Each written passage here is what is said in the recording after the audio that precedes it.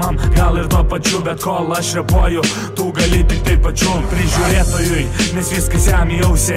Ką be apžiūrėtumai, pastoji pakrumi ir gaudai naujienas, paskui bėgi ir priimeti stukačių ahujieną. Kol tu šildaisi pas mentą, mes su hebra šaltyje repuojam, kol balsai užkrenta, užkrato neskleis. Žinau, ateis laikas ir zenka prasileis, o mes su hebra už bazarą atlaikom savo kailiais.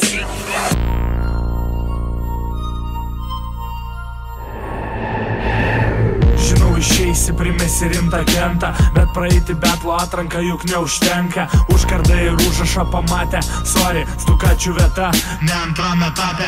Gal tema yra apie Sibirą, bet stukačius ir liks stukačium, kad ir kur jis yra. Tik laisva minutė pysa per stalčius, muša juos net per šalčius, kas antras tave nahui siūs.